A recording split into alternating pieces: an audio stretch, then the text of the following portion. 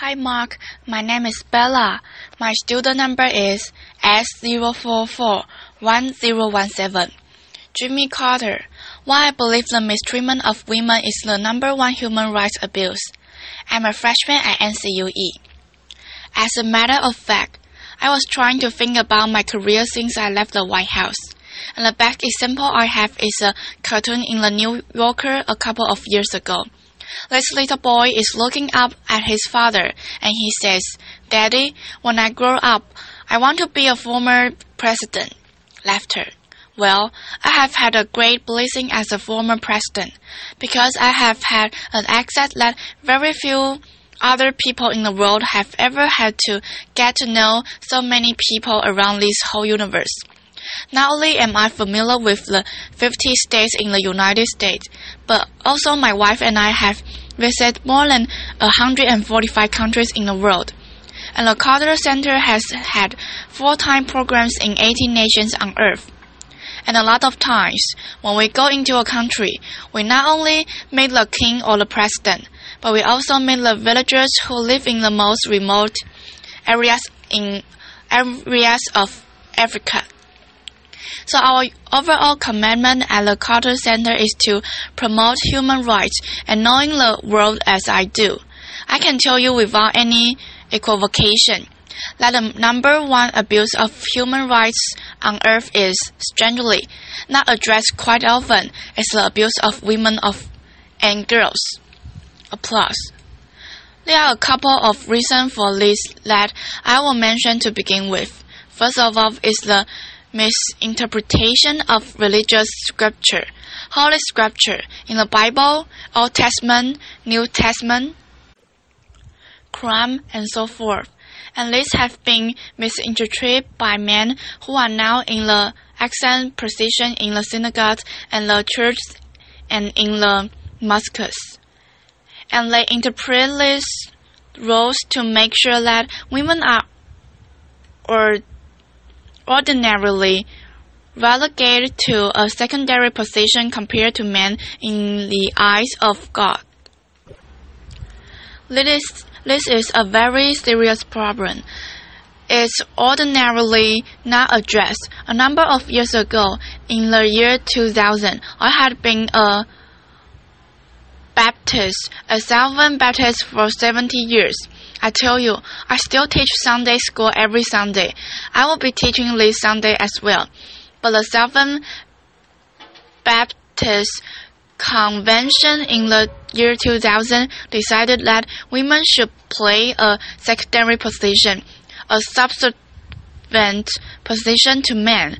So they issued an edict in effect that prevents women from being priests, pastors, deacons in the church, or chaplains in the military. And if a woman teach a classroom in a Southern Baptist seminary, they cannot teach if a boy is in the room because you can find verses in the Bible. There is over 30,000 verses in the Bible that say that a woman shouldn't teach a man, and so forth. But the basic thing is the scripture are misinterpreted to keep men in an ascendant position. That is an pervasive problem because men can exert that power, and if an abusive husband or an employer, for instance, want to cheat women, they can say that if women are not equal in the eyes of God, why should I treat them as equal myself? Why should I pay them equal pay for doing the same kinds of work? The other very serious blind that causes this problem is the excessive resort to violence, and that is increasing tremendously around the world. In the United States of America, for instance, we have had an enormous increase in abuse of poor people, mostly black people and militaries, but putting them in prison. When I was in office as governor of Georgia, 1 out of every 1,000 Americans were in prison. Nowadays, 7.3 people per 1,000 are in prison. That's a 7-fold increase. And since I left the White House, there has been an 800% increase in the number of women who are black who are in prison. We also have one of the only countries on earth that still has the death penalty that is a developed country. And we rank right alongside the countries that are most abusive in all elements of human rights in encouraging the death penalty. We are in California now, and I figured out the other day that California has spent $4 billion in convicting 13 people for the death penalty. If you add that up, that's $307 million it costs California to spend a person to be executed. Nebraska this week just passed a law abolishing the death penalty because it costs so much. Applause. So the result to violence and abuse for poor people and helpless people is another cause of the increase in abuse of women. Let me just go down a very few abuse of women that concern me most, and I will be fairly brief because I have a limited amount of time, as you know. One is genital mutilation. Genital mutilation is horrible and not known by American women, but in some countries, many countries, when a child is born that is a girl, very soon in her life, her genitals are completely cut away by so-called cutter who has a razor blade and in a non-sterilized way. They remove the exterior parts of a woman's genitalia, and sometimes, in more extreme cases but not very rare cases, they sew the orifice out so the girl can just urinate or menstruate, and then later, when she gets married, the same cutter goes in and opens an orifice out so she can have sex. This is not a rare thing, although it is against the law in most countries. In Egypt, for instance, 91% of all the females that live in Egypt today have been sexually mutilated in that way. In some countries, it is more than 98% of women are cut that way before they reach maturity. This is a horrible application on all women that live in those countries. Another very serious thing is honor killings, where a family with misinterpretation against of a holy scripture. There's nothing in the Quran that mandates this. Will execute a girl in their family if she is raped or if she marries a man that her father does not approve, or sometimes even if she wears inappropriate clothing. And it is done by members of her own family, so the family becomes murderers when the girls bring so-called disgrace to the family. An analysis has done in Egypt not so long ago by the United Nations, and it shows that 70% of these murders of a girl are perpetrated by the father, the uncle, or the brother, but 25% of the murders are conducted by women. Another problem that we have in the world that relates to women particularly is slavery, or human trafficking is called nowadays. There were about 12.5 million people sold from Africa into slavery in the New World back in the 19th century and the 18th century. There are 30 million people now living in slavery. The United States Development of States now has a mandate from Congress to give a report every year, and the State Department reports that 800,000 people are sold across international borders every year into slavery, and that 80% of those sold are women into sexual slavery. In the United States, rise in moment. 60,000 people are living in the human bondage or slavery. Atlanta, Georgia, where the Carter Center is located and where I teach at Emory University, and they have between 200 and 300 women people sold into slavery every month. It's the number one place in the nation because of that. Atlanta has the business airport in the world, and they also have a lot of passengers that comes from the southern hemisphere. If a brothel owner wants to buy the girl that has brown or black skin, they can do it for $1,000. A white-skinned girl brings several times more than that.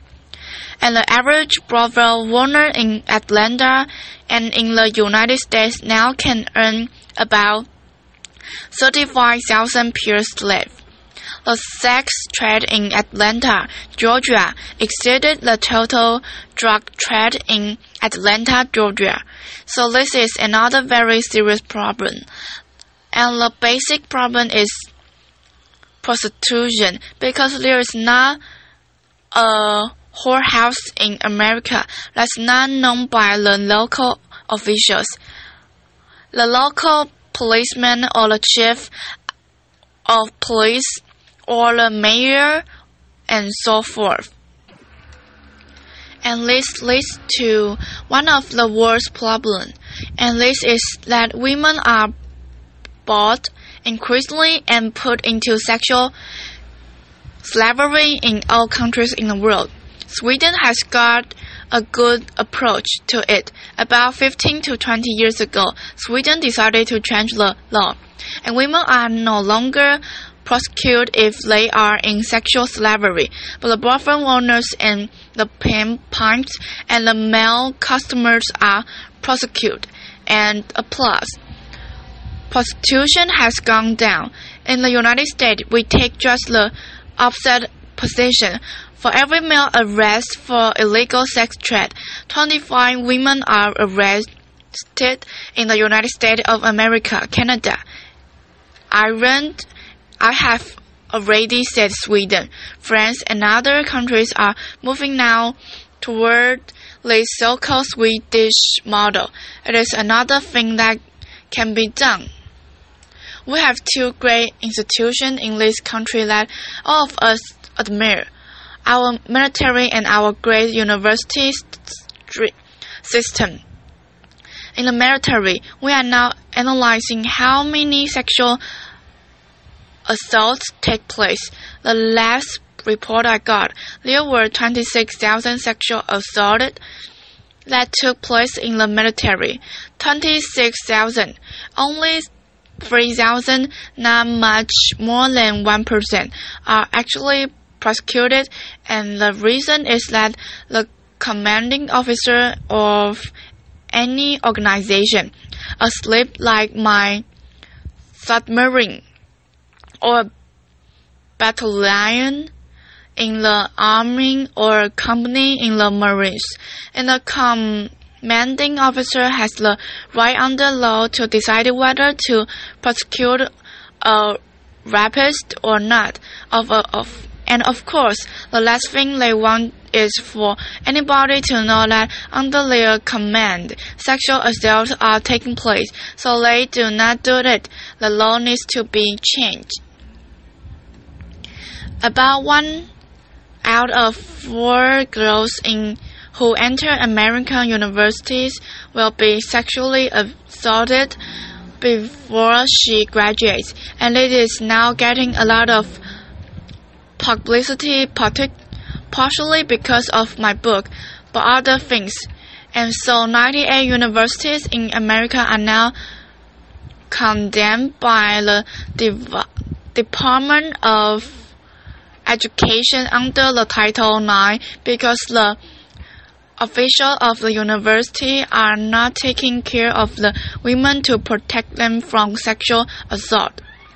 The Department of Justice said that more than half of the rapes on the college camps take place by several rapists because outside of the university system, if they rape somebody, they will be prosecuted. But when they got on a university campus, they can rape with impunity. They are not prosecuted. Those are the kinds of things that go on in our society. Another thing that's very serious about the abuse of women and girls is the lack of equal pay for equal work, as you know, applause. And this is sometimes misinterpreted, but for full-time employment, a woman in the United States now gets 23% less than a man. When I became president, the difference was 39%. So we have made some progress, partially because I was president and so forth, applause, laughter. But in the last 15 years, there has been no progress made. So it has been just about 23 or 24% differences for the last 15 years. These are the kind of things that go on.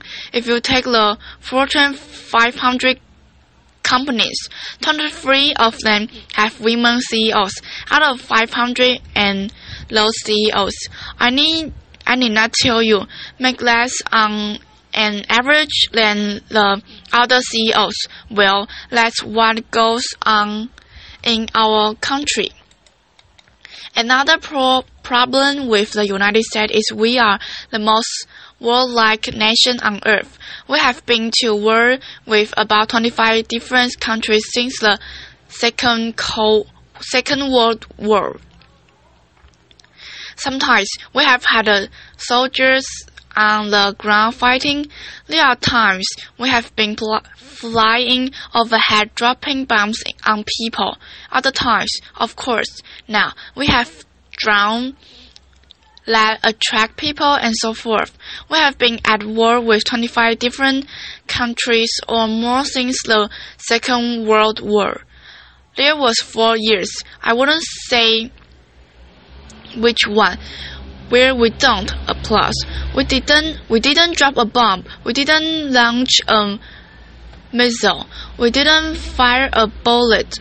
But anyway, those kinds of things, the result to violence and the misinterpretation of the Holy Scripture are the basic cause of abuse of women and girls. There's one more basic cause that I need not mention, and that is that in general, men don't give them applause. That's true. The average man that might say, I'm against the abuse of women and girls, quietly accept the privileged position that we occupy, and it is very similar to what I knew when I was a child. When separated but equal had existed, racial discrimination legally had existed for 100 years. For 1865, at the end of the war between the states, the Civil War, all the way up to the 1960s, when Lyndon Johnson got the bills passed for equal rights.